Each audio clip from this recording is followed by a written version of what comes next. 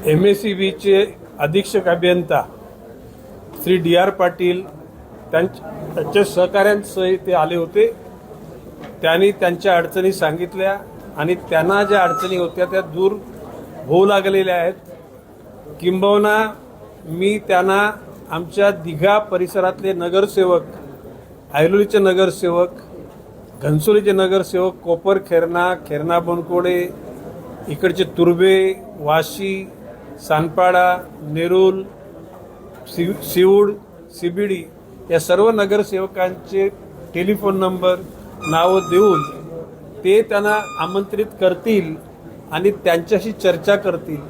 आणि मला विश्वास आहे की ज्या पद्धतीनं लोकांनी या ठिकाणी आले, म्हणजे काही लोकांनी बोलले नाहीत म्हणून याचा त्यांना काय बोलता येत नाही असं नाही आहे, परंतु शिस्तबद्ध पद्धतीनं आज मीटिंग झाली आणि त्याच्यातून आउटपुट निघेल असा माझा विश्वास आहे। मी त्यांना सांगितलेले की या बाबतीमध्ये तुम्हाला जर फंड्सची गरज असेल तर तुम्ही ती कळवा आणि मग माननीय मुख्यमंत्री या खात्याचे मंत्री आहेत। माननीय मुख्यमंत्री सर्वच राज्याच्या लोकांकरता त्यांची भूमिका सकारात्मक आहे, परंतु नवी मुंबई हे शहर आहे की ज्या शहरामध्ये विजेची चोरी होत नाही, ज्या शहरामध्ये विजेची चोरी होत नाही अशा शहराकरता निश्चितपणे सकारात्मक भूमिका घेण्याचं शासनाने ठरवलेलं आहे आणि त्यामध्ये नवी मुंबई शहर एक क्रमांकाचं आहे।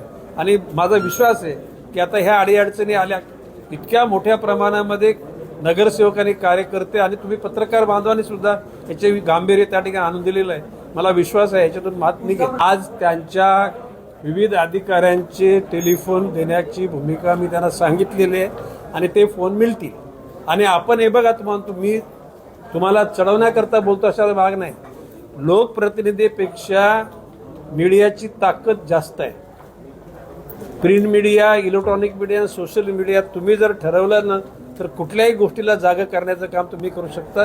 तुमच्याबरोबर आम्ही आहोत। माझ्या माहितीप्रमाणे मोरबे धरणामधून जी पाण्याची पाईपलाईन आपल्या शहरात येते, कोणत्या कोणत्या ठिकाणी प्रेशर ड्रॉप होते हे समजण्याकरता स्काडा लावणं गरजेचं आणि स्काडा लवकर लावला जाईल।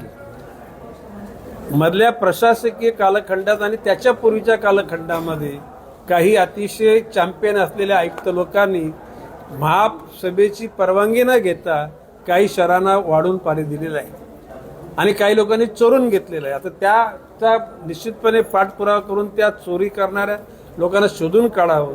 आता त्याचबरोबर 12 धरणाचं 25 MLD पाणी ते 62 लोक परमनंट झाले, परंतु 12 धरणाचं ते 25 MLD पाणी मिळालं नाही। ही माझी नापसंती माननीय मुख्यमंत्र्यांच्याकडे मी टाकल्यानंतर माननीय मुख्यमंत्री महोदयांनी तातडीनं बैठक लावली आणि कर्जत तालुक्यामध्ये जी 2 धरणं तयार होतात त्याच्यातले 500 MLD पाणी नवी मुंबईकरता बुक झालेलं आहे।